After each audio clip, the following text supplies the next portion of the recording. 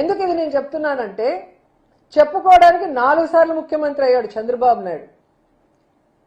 ఈ నగరి నియోజకవర్గంలో చంద్రబాబు నాయుడు హయాంలో ఉన్న ఏ ఎమ్మెల్యే కూడా వాళ్ళ అధికారంలో ఉన్నప్పుడు ఇక్కడ ఎమ్మెల్యేగా ఉన్న అపోజిషన్లో ఉన్న బాను గాని వాళ్ళ నాన్న గాని ఈ నియోజకవర్గానికి చేసింది శూన్యం. నగరి విషయానికే ఎత్తుకోండి. నగరికి కావాల్సిన అర్బన్ హెల్త్ సెంటర్లు మొన్నటి వరకు రెంటెడ్లో ఉన్నాయి, జగనన్న హయాంలో మేం కట్టినవి. డయాలసిస్ సెంటర్ జగనన్న ఆశీస్సులతో మేం కట్టినవి.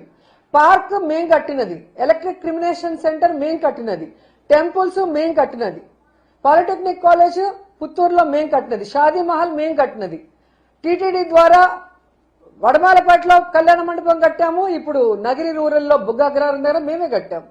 నిండ్రలో టెంపుల్ కట్టాము. సబ్ స్టేషన్ లో ఐటీ కాలేజ్ కట్టినాం. ఇలా చెప్పుకుంటూ పోతే చెప్పడానికి కొన్ని వందలు ఉన్నాయి.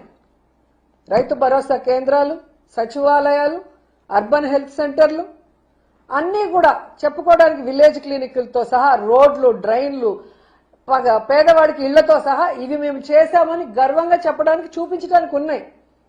కానీ 4 సార్లు ముఖ్యమంత్రి అయిన చంద్రబాబు నాయుడు ఈ జిల్లాలో పుట్టి కూడా ఈ నగరి నియోజకవర్గానికి చెప్పుకోవడానికి చేసింది ఏమీ లేదు.